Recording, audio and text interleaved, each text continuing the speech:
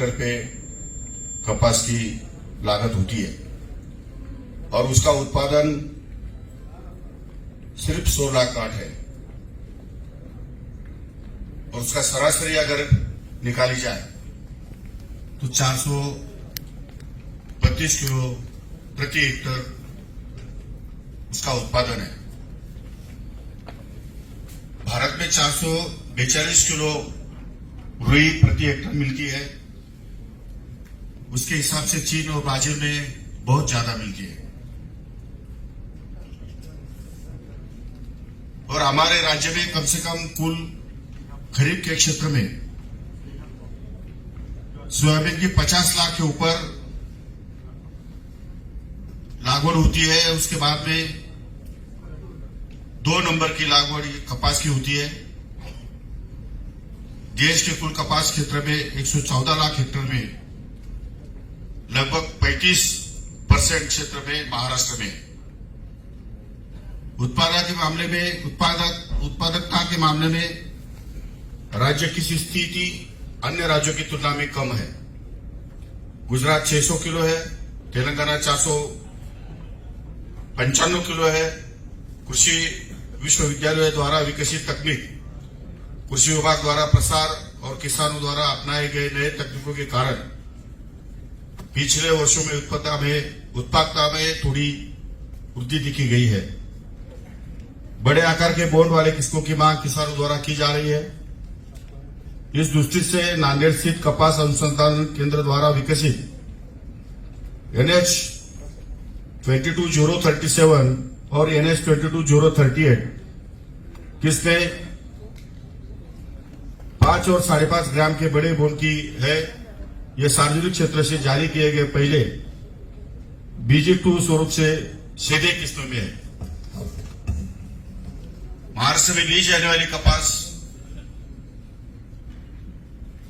ये जो फसल है मुख्य रूप से वर्षा आधारित के ऊपर होती है, जिससे मानसून की अनियमितता का विपरीत प्रभाव उत्पादकता पर पड़ता है।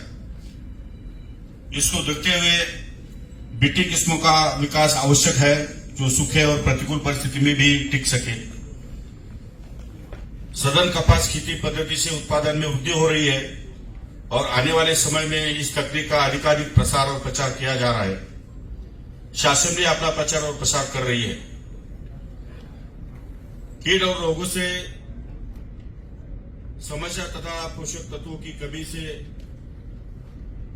होने वाली उत्पादन हानि को देखते हुए किसानों को एकीकृत कीट रोग और पोषण तत्व प्रबंधन तकनीकों की अपनाना चाहिए। इस हेतु शासन प्रयास कर रहा है।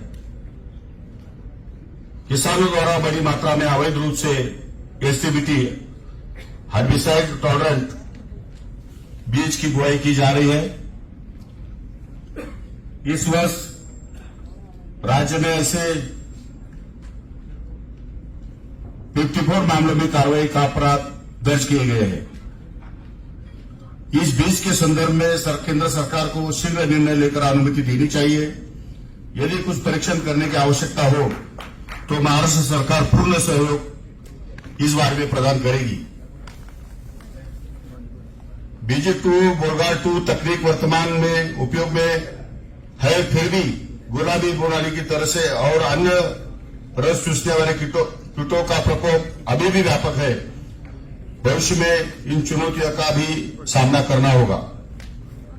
कपास की चुनौतियां चुनाई के लिए बड़ी संख्या में मजदूरों की आवश्यकता होती है, जिससे उत्पादन लागत भी बढ़ जाती है। इस समस्या के समाधान हेतु कपास किस्मों में अनुसार चुनाई यंत्र विकसित करना आवश्यक है।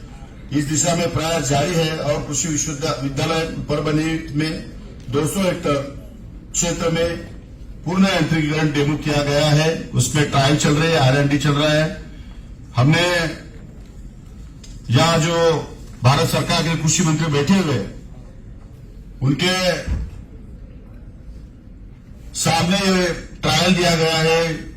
एक छोटा ट्रैक्टर बनाया गया है जिसको हम कपास निकालने के लिए 1-1 करोड़ का मशीन इधर बताया गया है, लेकिन उसमें 3 लाख का एक ट्रैक्टर जो बैटरी ऑपरेटेड है वो बैटरी ऑपरेटेड ट्रैक्टर R&D के ऊपर चल रहा है, परभनी में उसका ट्रायल हो गया है और कम से कम 10 लोगों का काम वो एक ट्रैक्टर अकेला एक ट्रैक्टर करेगा। उसको पुणे हैकेथॉन में उसको प्राइज मिला है, पानी फाउंडेशन में उसको प्राइज मिला है और इसी तरह से महाराष्ट्र गवर्नमेंट भी अपनी तरफ से या सारे विद्यापीठों की तरफ से नया मशीनरी लाने की कोशिश कर रही है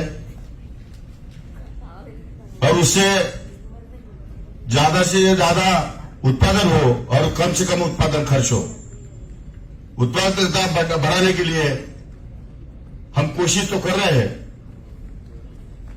लेकिन अगले साल और ज्यादा उत्पादन हो और उसका खर्च कम हो। डेंसिटी के हिसाब से आपने बहुत लोगों ने यह मांग की है कि डेंसिटी लागत होने की वजह से उत्पादकता बढ़ गई है। अभी कुछ लोग बोलते हैं उत्पादकता बढ़ गई है, कुछ लोग बोलते हैं नहीं बढ़ी है। इसमें तो ठीक है, उसमें तो किसानों के खेत में जाकर ही मालूम पड़ेगा या तो हमारे विद्यापीठों में जाके मालूम पड़ेगा, उसमें डेमो देके हम उसमें से सिलेक्ट करेंगे। लेकिन फिर भी डेंसिटी के हिसाब से लगने वाली बीज है उसमें बहुत सारी लागत पैसा बहुत सारा लगता है और इसलिए लोग उनके पीछे हटने की बार बार किसानों की कोशिश होती है। किसान कभी कभी कर्ज उठाता है, उसके बाद में अड़चन में आ जाता है, तो उसके लिए गवर्नमेंट भी कुछ करना चाहती है। लेकिन अगर ठोस समय पे ये मालूम पड़े गवर्नमेंट को या उसमें उत्पादकता बढ़ रही है या सही में 22 क्विंटल 23 क्विंटल 24 क्विंटल जो भी है, अगर उसकी उत्पादकता बढ़ती है तो गवर्नमेंट उसके बारे में भी अनुदान देने के बारे में सोचेगी। किसान उत्पादक कंपनियों के माध्यम से कपास उत्पादक किसानों को समान एवं स्वच्छ कपास उत्पादन हेतु प्रोत्साहित किया जा रहा है, जिससे कपास प्रसंस्करण उद्योग को मूल्यवर्धित कपास उपलब्ध हो सके। इसके अलावा कपास मूल्य श्रृंखला में प्रसंस्करण के पश्चात रुई आधारित बाजार व्यवस्था में किसान उत्पादक कंपनियों के माध्यम से किसानों की भागीदारी बढ़ाकर उन्हें मूल्यवर्धित कपास का उचित मूल्य दिलाने का प्रयास किया जा रहा है। हम हर जगह पे से प्रयास कर रहे हैं और मुझे मालूम है महाराष्ट्र में इसका पोटेंशियल बहुत है और ये भी मालूम है सेंटर उसके बारे में बहुत पॉजिटिव है। हमारे सेंटर के कृषि मंत्री माननीय शिवराज सिंह चौहान साहब सारे देश में घूम रहे हैं। आईसीआर के सारे साइंटिस्टों को वैज्ञानिकों को उन्होंने अपने देश सेंटर उसके बारे में बहुत पॉजिटिव है। हमारे सेंटर के कृषि मंत्री माननीय शिवराज सिंह चौहान साहब सारे देश में घूम रहे हैं। आईसीआर के सारे साइंटिस्टों को वैज्ञानिकों को उन्होंने अपने देश के किसानों की खेती में भेजा है और वहां से क्या क्या लाकुना है, क्या अड़चनी है, क्या करना चाहिए, कौन सी कीड़ है, उसका व्यवस्थापन में क्या होना चाहिए, क्लीन प्लांट का उसका जो लैबोरेटरीज है वो उन्होंने घोषित किया हुआ है। हमारे यहाँ महाराष्ट्र में 3-4 देने वाले हैं, यहां भी होगी, सारे देश के अंदर वो देने वाले हैं। तो हर एक नई कोशिश केंद्र सरकार की तरफ से हो रही है और मुझे लगता है इसमें से जरूर कुछ ना कुछ अच्छा ही होगा। यह कपास के बारे में बातें करते हुए दो ही डिमांड किसानों से आती है। एक तो BT3 के बारे में केंद्र सरकार जल्दी से जल्द निर्णय ले ले। उसके बाद में क्योंकि 60-70% लोगों ने चोरी छुपे इसकी लागत की है, तो ये गलत है। वो क्यों कर रहे हैं? कुछ ना कुछ तो फायदा उनका हुआ ही होगा, कुछ ना कुछ तो फायदा उनको होने वाला होगा। या तो मेरे को उनको प्रेफर क्यों कर रहे हैं, या तो खर्चे में कपात आती होगी, कुछ ना कुछ तो उनसे 100% होता होगा, तभी जाके वो चोरी छुपे ये बेच लाके उसकी लागत करते हैं। तो उसके लिए भी सोचना पड़ेगा सरकार को, हमारी सरकार को सोचना पड़ेगा, ऊपर के सरकार को सोचना पड़ेगा। और हम सोच रहे हैं, उसके बारे में मैं विनती करता हूं कृषि मंत्री से कि आप उसके बारे में सेंटर से हमें हरी झंडी दिखा दें। उसके बाद में अगर कार्बन बढ़ाना हो तो कार्बन बढ़ाने के लिए जो भी देनी पड़ेगी।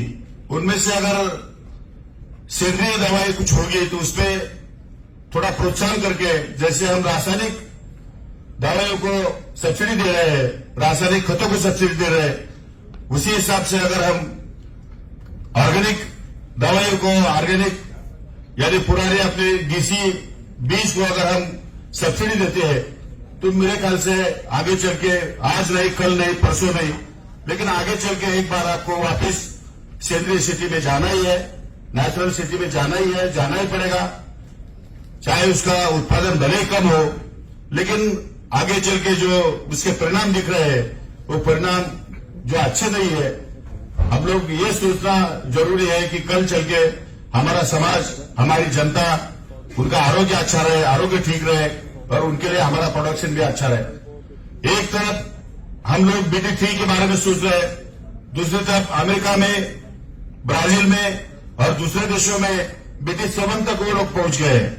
अब उनका कपड़ा हम इंपोर्ट करते हैं, उनके कपास हम इंपोर्ट करते हैं, हमारी कंपनियां चलती है, वो हम खाते नहीं है, फिर भी उसके ऊपर बैन लगी हुई है। तो उसके बारे में गंभीरता से सोचना जरूरी है। मैं समझता हूं मंत्री महोदय वो हमें उन्हें अश्योर किया है कि उसके बारे में वो सोच रहे हैं और जरूर सोचेंगे। ये मैं उनके ऊपर मेरा विश्वास है। मैं यकीन करता हूं कि वो आगे चल के ये खेती में अच्छे दिन आने वाले हैं और अच्छे दिन की शुरुआत यही मतलब भारत देश से होगी और भारत देश का किसान समृद्ध होगा, खुश होगा, खुशहाल होगा। यही आशा तुम्हारे, मेरे और मंत्री महोदय के दिल में है।